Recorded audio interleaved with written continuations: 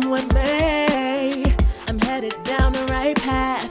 I feel so brave, my head held high and I'm showing class. Dreams ignited, every day I truly give my best. I'm thriving excitedly to be the very best version of myself. I'm so bold and I'm so brilliant. I feel amazing, I feel so resilient.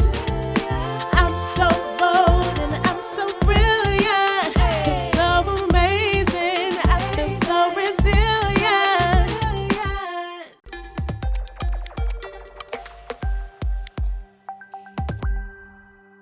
My next guest is Brittany Gray. She is Canada's foremost beauty expert and the founder and CEO of a thriving beauty brand called Fancy Face Incorporated. Today, she and I discuss helpful tips for winter skincare. Brittany, welcome to the show. First and foremost, let's dive right on in. How did you get started in the beauty business?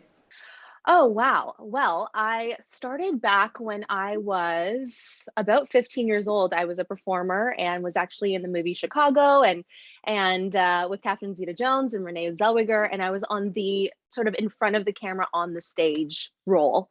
And that was the moment that I really fell in love. I grew up dancing too, since a small girl, but that was the moment that I fell in love with the power of makeup. I saw Catherine Zeta transform into her character, and it just made me realize how makeup and skincare and beauty products can really just bring out your best self or whoever you really want to be that day. And so from that moment forward, I had a career in the performing arts. And then about 16 years ago, I opened Fancy Face, which is a beauty brand and service company, and the rest is history, really. Tell me about your business, Fancy Face Incorporated, and what services you provide.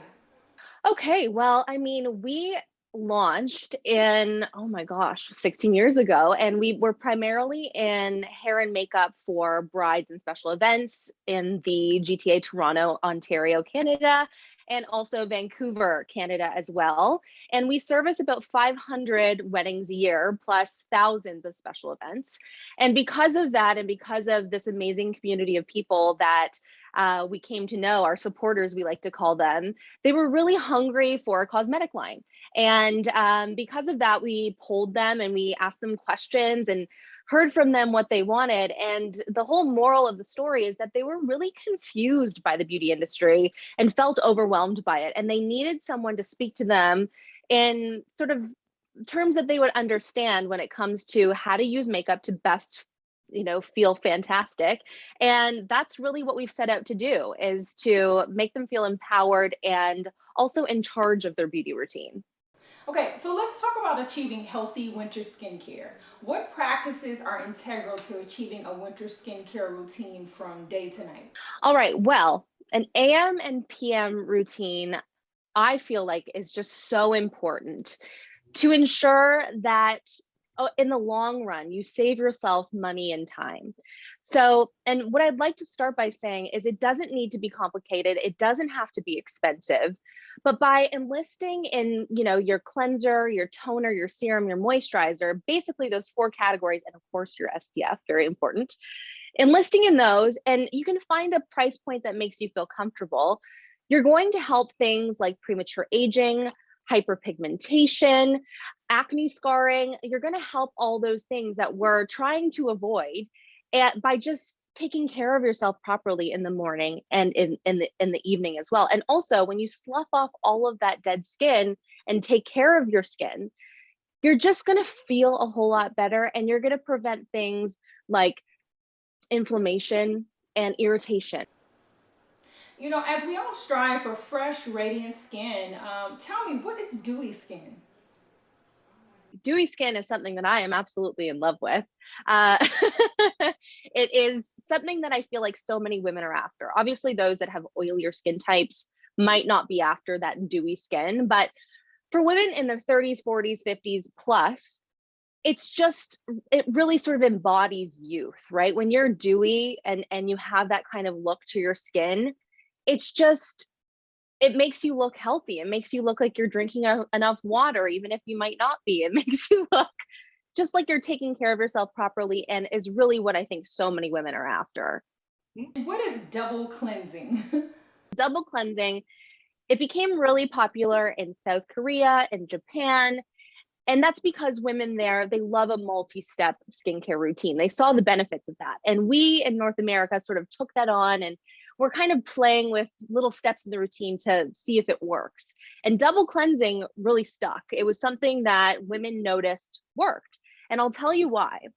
There's really a way to do this. And you want to start with an oil-based cleanser and then follow up with a skin-specific water-based cleanser. And the reason for that is the oil-based cleanser is going to break down that long wear makeup, that SPF that's maybe mineral-based, that could have titanium dioxide in it, which is hard to remove. And so that oil-based cleanser, and this, for example, is mine, and I use this all the time. And as you can see, I kind of scoop it out here on a daily basis. But I love to use this specifically in the evenings to just break down my makeup and make sure that I'm being gentle on my skin and also my lashes as well. When you're removing makeup, you can really damage your lashes and also create premature aging if you're not sort of using something that helps break it down seamlessly. I love to remove it too with a microfiber cloth. These are so soft. I love them so much. And they, truthfully, just with a little bit of water, can take off your makeup as well. So that's just like a good side tip. But then after the oil-based cleanser, you want to go in with your skin-specific cleanser. So this is a gel cleanser that I've been using, I've been loving. And that just makes sure that all of the dirt and debris has been fully removed. And the reason for that is that you want to make sure that those serums and moisturizers that are full of those active ingredients that make our skin look so luminous and dewy, like we discussed, that you can actually absorb those nutrients. Because if you don't cleanse properly and you have that dirt and debris on your skin still, it's really not going to be great for the irritation and inflammation, clogged pores, blackheads, whiteheads, all those things. What's one very important aspect of your own skincare routine? The first one, I would say, making sure that you are applying SPF throughout the day. If you are somebody that, especially in the fall and winter, are using retinol, you need to make sure you're using your SPF. So that just, I would say SPF is probably the most important when it comes to protecting your skin. I mean, is there any rule of thumb when it comes to layering your skincare products? There is just an incredible rule of thumb that will help all women understand how to actually apply things. So the general rule is you want to apply thinnest to thickest. So your watery substance serum to your most protective, nourishing, creamy moisturizer.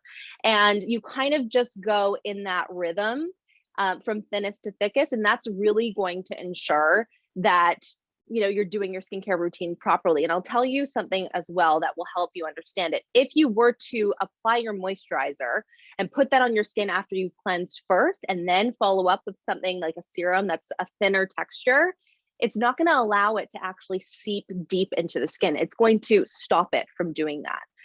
So you want to apply those thin substances first, allow them to penetrate. You want to take that 30 seconds in between each step to ensure they can actually absorb, and that you're not putting on too much all at once and your skin's like, I can't handle what you're doing. And the other thing too is a lot of women will notice when they're doing their skincare routine that after a little while it will ball or pill off. Like you can kind of go like this and you'll feel this little sort of pilling happening. And that's too much moisturizer, too much serum all put on at once. You're basically wasting your money if you're doing that. So after you cleanse and tone, take that time, put on your serum, massage your face while you're doing it, then maybe brush your teeth or brush your hair, and then go in with your moisturizer about 30 seconds after, and just use that dime size amount. Make sure that you're not putting on too much, because if you do, again, you can be wasting your product. So how often should you incorporate a mask into your skincare routine? A mask, I would say 1 to 2 times per week. And I like to go for one time. I'm a mom of 2 kids, so I have a busy schedule. So telling people to do things too often, I'm really not here for it. And I want to make sure that, you don't have to do these things all the time to have effective results. But the one thing that's very cool about masking is that you don't need to spend any money to do it effectively. And I'll tell you why. You can go into your kitchen and find ingredients that are so nutrient dense and beneficial for your skin, like turmeric, like Greek yogurt, like lemon, like honey. I mean, the list goes on. Coffee grinds. I mean, I can just go on forever. But one of them that we blogged about on our website is called Liquid Sunshine. And this one is specifically for women with oily skin types and men, or whoever, anybody. So what you want to do is you want to take those ingredients, and all of the different measurements are on our website, stir them up, put it on your face. And the turmeric is antibacterial, and it's also a gentle exfoliant. The Greek yogurt is amazing for regulating oil because there's a little bit of zinc in the Greek yogurt. And then you have lemon as well, which is a natural AHA, which means astringent, toner. And it helps to just slough off those dead skin cells that really make you look dull and dehydrated. So that's just an example of being able to take care of your skin and not having to spend much money at all. We're gonna move over to lip care. Are there some things we can do to keep our lips from being chapped? All right, so this is a topic that I absolutely love, and I love to share something that most people probably don't know. So there are glands, obviously, in our skin, and the lip area is an area where we lack glands that, in particular, produce that oil that creates moisture in the skin. So basically, the moral of that story is you cannot hydrate the lips from the inside out. So if you drink your 8 glasses of water a day, that is not going to nourish your lips. Your lips are just a part of the body that you actually have to put moisture on. And a lot of women don't know that. A lot of people don't know that. Everyone suffers from dry lips. So what you need to be looking for, and my tip is find a treatment, a lip treatment, a lip balm, a lip mask that you love the texture of, that you feel like you could put on every single day. And the best time to be treating your lips is actually at night. I personally have what's called our Supermodel Lip Bath. It's a really cool little design that we came out with that has collagen, vitamin E, and shea butter. I put this on my bedside table, and I put it on every single night before bed, because then I have about 8 hours that I'm treating my lips and ensuring that when I get up in the morning, they're going to be soft, supple, and ready to put on my favorite lipstick of the day. And they're going to look hydrated and plump. And you basically just want to make sure that they look that way. And that's the way to do it. So that's my tip. Do you have any tips to depuff the eyes or tighten the appearance of the jaw area? Another product, this was actually our first product that we ever came out with. It's called our Stardust Gel Under Eye Masks. We created these specifically for our brides, and they became so popular that we launched them on an e-commerce site, and they just became one of our star players. Stardust Gel Eye Masks. I mean, what can I say? So anyhow, these are my number one tip for just getting that really sort of like bright under eye, deep puffed. They're really cooling to the touch. I love to put these in the fridge, pull them out for my morning cup of coffee, wear them for about 20 minutes until they really absorb, and they look really fun on the face. Mm-hmm. So that's the first tip, is using under eye masks and just feeling fancy while you're doing it. It's a really fun trick. And the next trick is to actually do a movement with your hands called the depuff. We've coined it the depuff.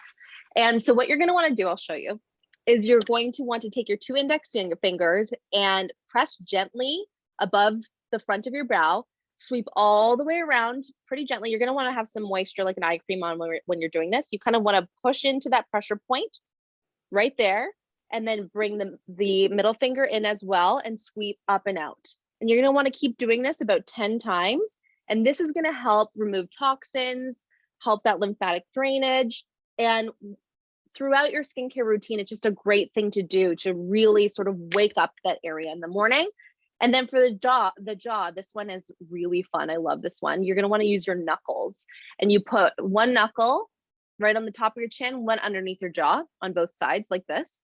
Use one side as a stabilizer and just focus on the other side. And what you want to do is you want to sweep up and out, kind of wiggle at the top where you have a lot of those lymph nodes, and then drain downwards.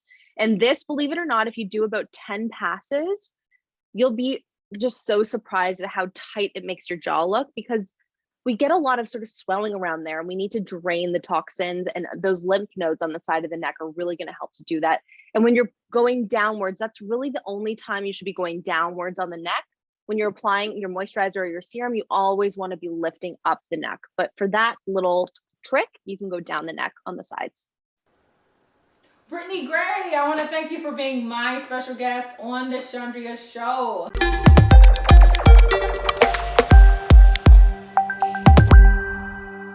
My next guest is an internationally renowned jewelry designer, entrepreneur, and author of The Desired Brand Effect, a how-to guide for thriving jewelry businesses. Tracy Matthews, welcome to the Chundria show. How are you today? Thank you so much for having me, Chundria. Absolutely, my pleasure. So let's talk about you. How did you get your start in the jewelry business? So I was taking a class when I was in college, and I was a liberal arts major. I wanted to take some fine arts classes. So I found this class called jewelry making. I signed up for it, and it just so happens I had natural talent and started a business. I mean, this is a long time ago. So it was really fun. And that led me to a 25-year career in the jewelry industry as an independent designer, and now a mentor to other designers.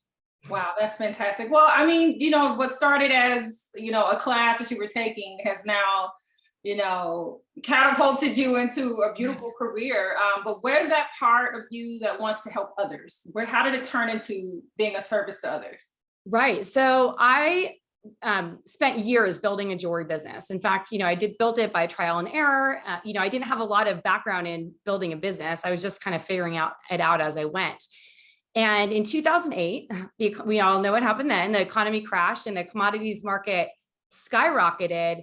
And I was left in a really bad place because a bunch of my accounts, I was selling mostly to retail stores. I was selling to over 350 stores around the world. I had some of the best retail locations possible, like Anthropologie and Sundance catalog.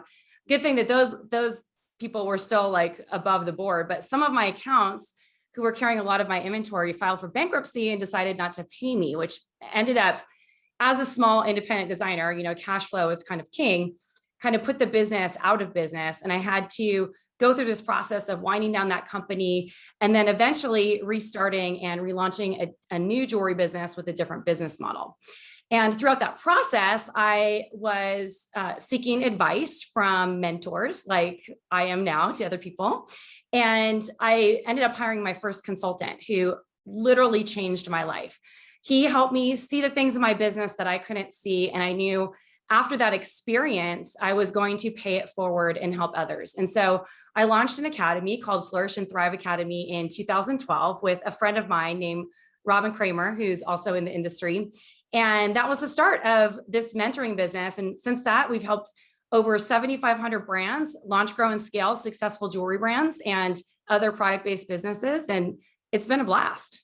Wow, I hear so much joy in your heart when you talk about this. So I can tell you're really passionate about, serving in this capacity. And then also one thing you said, you had a mentor, you reached out and what you saw as a resource at the time, now you're that resource for someone else. And I think that's just such a selfless thing to do.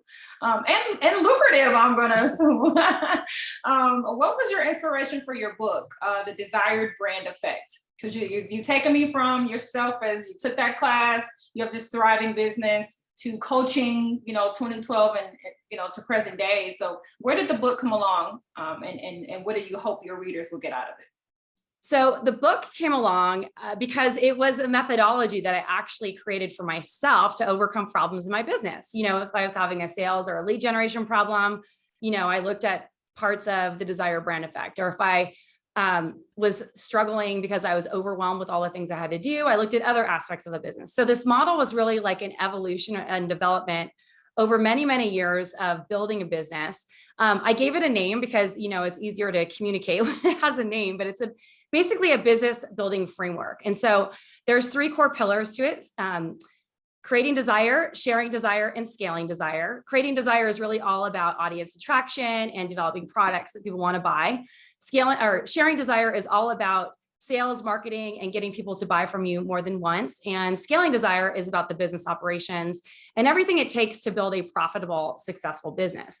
So I had been teaching this in my programs. And then eventually, I was working with another mentor and they're like, you need to name your methodology. And so the name, the Desired Brand Effect, came from a combination of a conversation that I was having with an ex-boyfriend who was like, people don't buy jewelry because they want it. They buy it because it's desired. And so we started using this terminology about creating desire, sharing desire, and scaling desire. And then that framework turned into the Desire brand effect. So it's something that I used in my business for years, and I've used it to scale for businesses over multiple industries. And now I teach it at Flourish and Thrive Academy. And that was really the impetus for the book, because people were getting such great results from the framework. And then they would come and experience Flourish and Thrive Academy, and they dabble in my podcast or watch some of the free content that we have, but they were hesitant to take that next step. And so I wanted to create something that was a low cost way for people to be able to implement the methodology that I've helped so many brands implement in their business, and give them a taste of what it's like and what it actually takes to grow a successful business. You have done just that. So let's talk more about the book. You emphasize the importance of creating desire. You just talked about that. Expound on why. Like, are you delving into like the consumer experience? Like, you're exploring like fully what, why people buy what they buy. Are you really exploring that for the entrepreneur that might read this book? That's a great question. So yes. And so years and years ago, in about 2006, I landed a contract with QVC, and I had to go and do this sales training. And up until that point, I don't know how I got such great success in my business up till then without understanding like the real reasons why people buy jewelry. And through the sales training, they were like asking all these questions, like, what is it about your product or your jewelry that makes them want to buy it? And I was like, oh, because it's lightweight or handmade and all these things. And a lot of people are selling the features of their products, not the benefits, and not the connection to the emotional reasons why people buy something. With luxury products, especially jewelry, there's a lot of times meaning attached to it. It might be something, maybe the piece that they're wearing gave them the confidence to really land that big job interview. Or maybe it's that, the piece that they got from their boyfriend to ask to be married, to get engaged or something that obviously has a very sentimental piece. When someone gets engaged, what's the first thing that they ask? Like, where'd you get the ring or whatever it is? And so people have and there's so many other things, people buy jewelry for status or how it makes them feel, but it's really diving into the emotional reasons or the emotional selling points about why people buy. And it's unique to every person. I mean, there are some crossovers, but every brand has a different reason why someone would buy for them. And so the more that you can refine and define what you stand for as a business and put some stakes in the ground to really communicate that out into the world, the easier it is to repel the wrong people, but also the easier it is to attract the right people. And that's why it's called creating desire, because you're not selling to everyone, no matter what you think. Like, the worst ads in the world are the ones that like actually talk to everyone, because you're just like, they're going to get skipped over. What you want to be able to do when you're connecting with your perfect customers is to evoke an emotion out of them when they look at your jewelry or when they look at your marketing or whatever it is you're doing. So that's what creating desire is all about. Oh, I love that so much. And I love that the tie into the emotions, Yes. You're right. There are those pieces of jewelry that you have that come with so much emotion, come with so much memory, and you'll hold on to it forever. It could be a $2 necklace that you got, when you graduated from high school, and you carry that. And so, yeah, you're absolutely right. The emotion in it. So true. Your book gives readers the confidence to go out and be their best spokesperson, right? Speak to the introverted entrepreneurs out there who might be watching. They might be a bit shy or a bit reserved when it comes to speaking out proudly and confidently. Speak to that person. So there's a lot of introverted people or shy people who come into our community and they're like, I'm like really bad at sales. But like, the more confident you can become about talking about your product and just having normal conversations, I think really my hope is that this book gives people the tools to like go out and just think of selling as a service instead of something that you're pitching people. And I think that's like really the distinction. And I've trained so many entrepreneurs, and especially in the jewelry industry, to have that confidence to just go out there and just be themselves. Like, it's not really about the hard sell. It's about asking questions. It's about understanding like why someone's attracted to what you're doing. It's also about just having a general conversation with people. I think people think that they have to like be all pitchy and weird when really it's just about like connecting with someone on a common thread that makes someone actually enjoy the interaction with your brand. So this can be tied into in-person sales. It can be tied into online sales. It can be tied to any type of sales that you're doing. It's just really about developing, like really strengthening that confidence muscle that you have to feel comfortable talking about what you do in a way that matters to your customer. I think that's really special and a great way for whether you're introverted or not, to really kind of connect with your customer. Like you said, take the pitch, stop with the PowerPoint presentation. Yeah. You don't need to get pitchy, just like, have a conversation, talk about what they like about the ring or the necklace or whatever it is, or ask them questions about themselves. People are really self-involved. They enjoy talking about themselves. So the more that you can create like conversations around those things, the better. I think that's absolutely phenomenal. And I love that you've given some really valuable tips for, anyone, in the jewelry industry, obviously, and then also any type of entrepreneur, I feel like could definitely glean from the tips that you've given today. So I want to thank you, Tracy, so much for being a guest on the Chundria Show.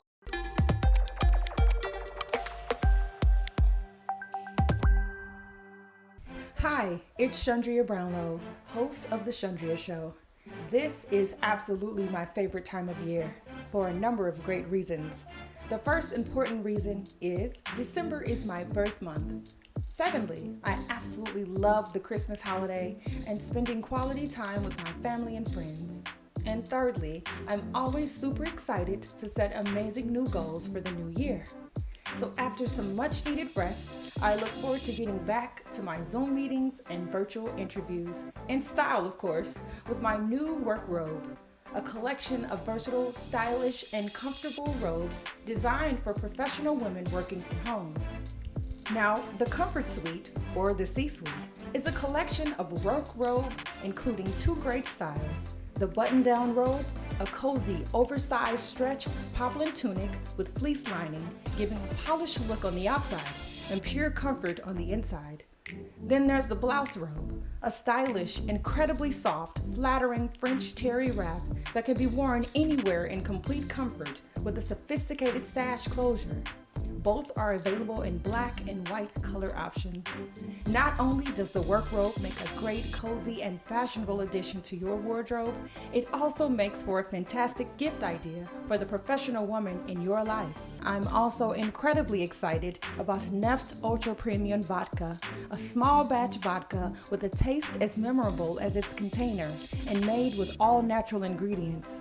Imagine all of the delicious cocktails I can make for my friends and family for our holiday dinners and super fun game nights. Nefft is a one-of-a-kind, portable, and unbreakable barrel that keeps Nefft cold for up to 6 hours in any season, winter, spring, summer, and fall. I think it also makes for a great gift for the holidays, so my friends and family can enjoy the smooth taste of Nefft vodka at home and beyond. Now, to order Nefft vodka online, find a local vendor near you, or check out some amazing drink recipes. Come with me, I'm headed down the right path. I feel so brave, my head held high and I'm showing class. Dreams ignited, every day I truly give my best. I'm thriving excitedly to be the very best version of myself. I'm so bold and I'm so brave.